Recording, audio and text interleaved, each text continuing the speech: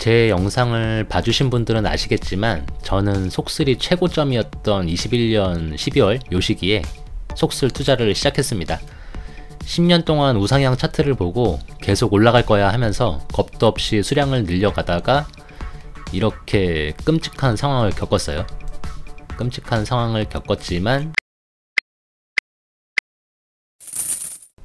안녕하세요, 슈퍼노멀입니다. 아시안컵 유로단전을 보고 경기 내용과 결과가 거지 같아서 꾸리꾸리한 마음으로 한 주를 정리해보려고 하는데 벌써 새벽 3시가 다 됐습니다. 이번 주도 시장에 큰 관심이 없었어요. 그냥 바이오리듬이라고 하면은 너무 옛날 사람인데 표현을 할 단어가 바이오리듬밖에 생각이 안 나네요. 올라갔다 내려갔다 하는 시기가 있는데 새해 들어서 조금 다운되는 시기였던 것 같습니다. 연말에 비해서 계좌 상황도 안 좋아지고 유튜브 구독자 얼마 되지도 않는데 막 줄어들고 제가 아직 유튜브 수익이 없어요. 이제 1달러 정도만 적립되면은 100달러를 받게 되는데 주말마다 잠 안 자고 몸뚱이는 피곤한데 뭐 하는 건가 라는 생각도 들고 해서 이런저런 생각이 들었던 것 같습니다. 뭐 그런 거는 제 사정이고 유튜브를 하면서 멘탈 관리 해야 된다, 버티고 꾸준하게 해야 된다 라고 말을 하고 있는데 제가 장기 투자를 하기로 마음먹고 투자를 하고 있지만 나약한 인간인지라 이렇게 가끔 한 번씩 지루함과 조급함을 느끼면서 이렇게 해서 언제 자산가가 될 수 있을까? 내가 큰 돈을 번다는 게 가능하기나 한 것일까? 라는 생각이 들었던 주간이었는데 요새 읽고 있는 책에서 이런 내용이 나왔어요. 장기적인 관점으로 보면 모든 일은 뿌리를 내릴 때까지 어느 정도 시간을 투자해야 한다. 그러나 싹이 나올 때까지 기다리지 못하고 다시 씨를 뿌리고 비료를 주는 과정을 반복하는 사람이 많다. 이런 과정이 되풀이 될수록 복리 효과를 통해 성공할 수 있는 자신의 능력에 대한 자신감을 잃어버리고 의심하게 된다. 이런 게 나와서 마음을 좀 가다듬었습니다. 저는 책을 읽으면 이런 게 좋은 것 같아요. 우리 모두를 앞서서 살았던 수많은 사람이 있다. 부모, 학교, 당신을 괴롭히는 사람들로부터 겪는 모든 문제는 전혀 새로운 것이 아니다. 누군가가 이미 겪었던 문제들이다. 책에 쓰여있지 않은 문제는 없다. 윌 스미스가 이런 이야기를 했다고 하는데 책이 좋은 것은 사실이지만 그렇다고 누구나 책에서 모든 것을 얻는다고 생각하진 않아요. 그래도 책을 읽으면서 깨닫거나 생각하게 되는 것들이 있어서 다행이고 꾸준히 공부를 하면서 머릿속을 채워나가야겠다는 생각이 듭니다. 이번 주 시황을 보면은 다우, 나스닥, S&P 500 모두 지난주보다 상승했습니다. 별 관심 없이 지내느라 어떤 일들이 있었는지 모르겠지만은 대략 이런 소식들이 있었고요.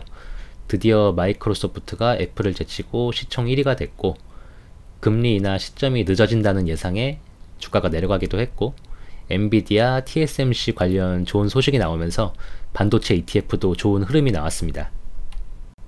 S&P 500 일별 시세에 제가 매일 보는 기사 제목을 가져다가 맞춰보면은 막상 특별한 이유는 없어 보이고 그냥 떨어지고 오른 이유일 뿐이라는 생각이 듭니다.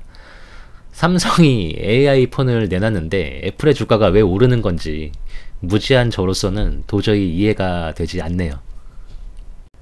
한 주 동안의 마켓맵을 살펴보면은 제가 갖고 있는 종목들의 흐름이 좋았기 때문에 계좌의 상황이 좋아졌고 테슬라가 이렇게 계속 빠지고 있는데 200달러 밑으로 내려간다면은 진지하게 매수를 고민해야 하지 않을까라는 생각을 하게 됩니다. 한 주간의 시황은 이 정도로 이야기하고 이번 주 스크랩한 신문 기사를 살펴볼게요. 워런 버핏이 일본의 5대 종합상사 지분을 각각 5% 넘게 취득했다고 공시를 했고 작년 6월에는 이들 기업의 평균 지분을 8.5% 이상으로 높였다고 공개했는데 5대 종합상사 주가가 2020년 8월부터 이번 달 17일까지 3배 가까이 급등했다고 합니다. 버핏이 뭘 어떻게 했다고 하면은 마음으로는 따라하고 싶은데 그러지 못하잖아요. 그런데 시간이 흐르면 따라했어야 하나? 라는 생각이 들게 되는 경우가 많은 것 같습니다. 하지만 아무리 버핏이라도 그냥 따라하면 안 되고 투자는 스스로 하는 게 맞는 거겠죠. 다음은 별다른 건 아니고 AI 호재의 한국도 일본도 반도체주 흐름이 좋다는 내용의 기사입니다. 이런저런 이유로 이번 주에 반도체 분야가 분위기가 좋았던 것 같아요. 마지막으로 엔비디아가 연일 신고가를 경신하고 있는데 메타의 CEO 저커버그가 엔비디아 GPU를 구입한다고 하고 주어진 모든 상황에서 생각과 학습을 하고 창작하는 AI를 만들기 위해서 투자를 한다고 합니다. 정말 AI 경쟁은 전쟁 같다는 생각이 들어요. 이번 주는 크게 눈길이 가는 기사가 없어서 이렇게 마무리를 하고 계좌를 정리해 보겠습니다. 제 계좌는 지난주 9.5%에서 많이 올라서 18.17%로 마감을 했습니다. 아마 미국 주식을 시작하고 가장 좋은 상황이 아닐까 생각이 드는데 나쁘지 않습니다. 그리고 오리진 머티리얼스, 이게 계속 하락하고 있는데 실적 발표할 때 뭔가 주가를 끌어올려줄 만한 이야기가 나오지 않는다면 바닥의 끝을 짐작조차 할 수 없을지도 모른다는 생각이 들고요. 좀 많이 안 좋습니다. 그리고 아이온큐가 요새 슬금슬금 내려와서 $10 밑에서 수량을 모을 수 있는 기회를 주는 게 아닌가 하는 희망이 생겼는데 개인적으로는 좀 내려왔으면 좋겠고요. 그리고 제가 갖고 있는 고배당주 아버 리얼티 트러스트가 계속 파란색을 유지해줘서 예수금을 쥐어 짜내갖고 이렇게 한 주를 샀습니다. 한 주가 별거 아니지만 배당률이 10%가 넘기 때문에 터무니없이 떨어지지 않는다면은 꽤 괜찮은 현금 흐름을 만들어줘요. 그래서 저는 이거를 이제 오래 갖고 있어 봤으니까 괜찮다고 생각을 해서 요것도 3배 레버리지처럼 파란색인 상태에서는 조금씩 수량을 늘려갈 예정입니다. 그리고 3배 레버리지 속슬 이야기를 해볼게요. 새해 들어서 주춤하던 속슬이 목요일 금요일장에서 꽤 많이 올라줬습니다. 새해 시작부터 떨어져서 놀라셨던 분들도 많으셨을 텐데 2년 동안 3배 레버리지 투자를 한 저는 그냥 이런 변동성을 받아들이고 있습니다. 그냥 속슬은 원래 이런 거다 라고 생각하고 있고 뭐 TQ나 불주 다 마찬가지고요. 계속해서 3배 레버리지 이야기를 할 때 똑같은 말을 하고 있어요.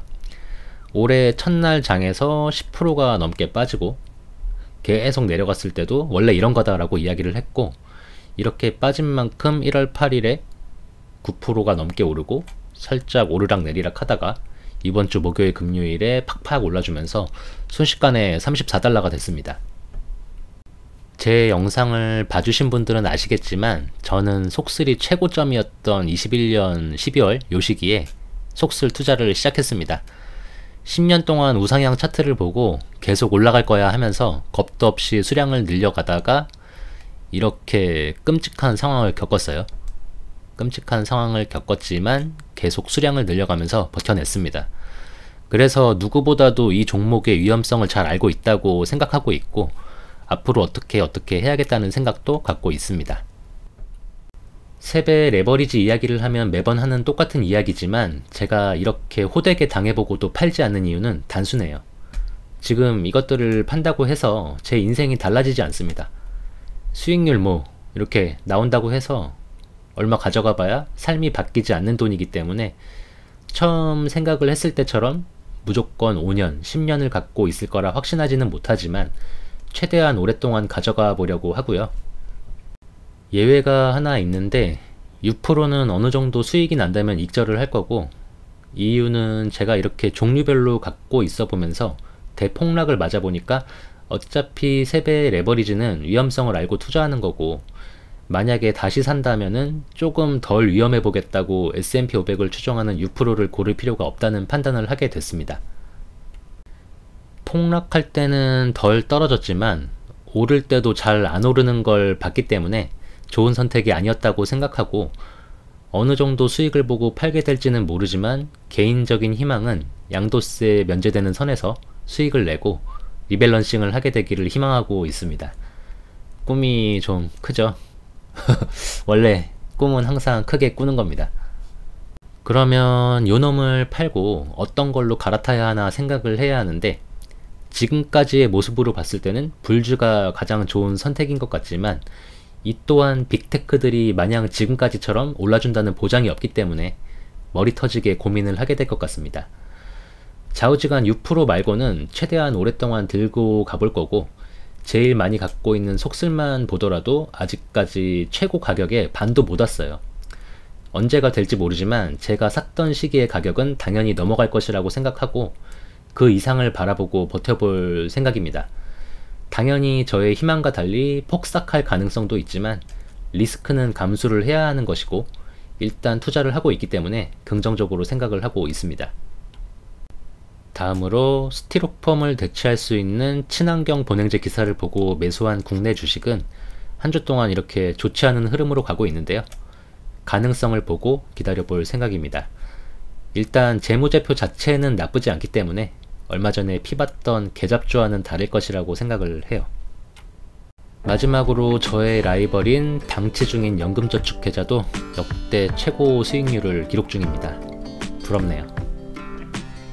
제가 영상 초반에 지루함과 조급함이 느껴졌다고 했었는데 비슷한 감정을 느끼시는 분들을 위해서 제가 마음을 가다듬은 문구들을 공유하면서 영상을 마무리하겠습니다.